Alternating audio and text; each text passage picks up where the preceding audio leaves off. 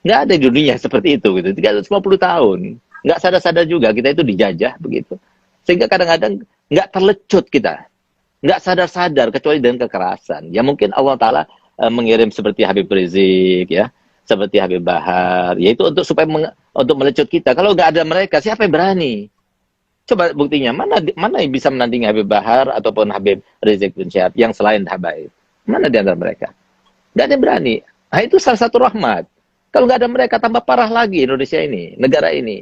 Jadi alhamdulillah ada yang seperti itu. Walaupun kita sendiri ya, walaupun Habib Bahar itu ada murid kami ya, dan bahkan sempat saya waktu dia keluar, telepon saya pada sore harinya, dan dia bilang, Beb, saya ini sekarang disambut ratusan ribu orang yang menyambut saya. Ya sebetulnya bukan dia yang memerintahkan mereka untuk menyambut ya, wallahualam, tapi mereka karena cinta kasihnya mereka kepada Habib Bahar, sehingga mereka itu banyak berkumpul ribuan orang, bahkan puluhan ribu orang pada waktu itu.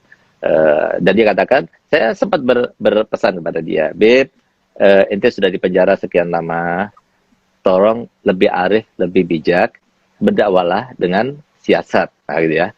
Nah, tapi nggak bisa dipaksakan Habib Ahmad. Ana sama antum mungkin sama ya. Dakwanya caranya lemah lembut gitu. Ada orang yang nggak bisa. Dia tuh nggak tahan. Melihat sebuah kemungkaran itu tidak tahan. Melihat sebuah kezaliman itu tidak tahan. Dan insya Allah yang lemah lembut pun di antara ulama juga seperti itu. Cuma caranya beda. Kita merangkul. Tapi ada yang memukul. Gitu. Kalau nggak ada yang memukul, semua merangkul, kita jadi babu terus. Jadi artinya perjuangan orang ulama yang keras ini, yang dikatakan Nabi SAW, afdul jihad kalimatu haqqin urida biha batil. Jadi sebaik-baik jihad itu adalah sebuah kalimat yang benar yang diutarakan di depan raja yang zalim gitu ya.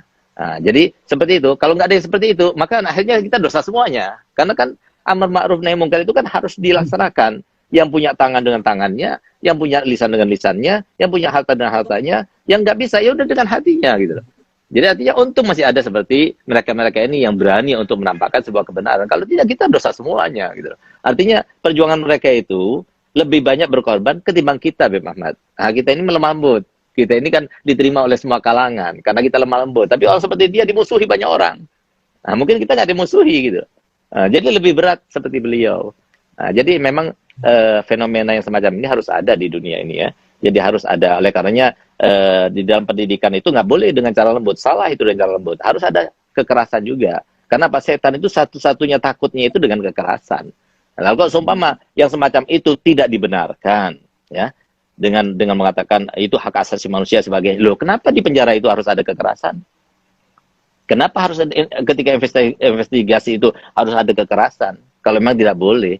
Nah, ini kan juga untuk membenarkan, untuk meluruskan, untuk menjadikan orang itu baik kembali, pembinaan katanya di penjara pembinaan. Nah, ini kan juga pembinaan anak kita.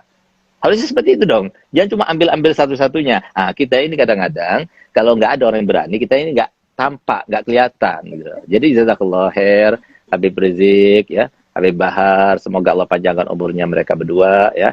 Dan kita harus menyikapi segala hal itu, ya. Jangan cuma dengan hawa nafsu, jangan.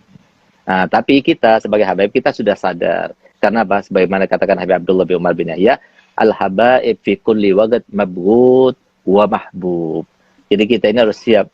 Di setiap saat itu ada yang benci sama kita, ada juga yang cinta kepada kita. Jadi kita nggak ada tuntutan. Tuntutan kita cuma satu, Allah ridho, Rasulullah bangga dan senang dengan cucunya.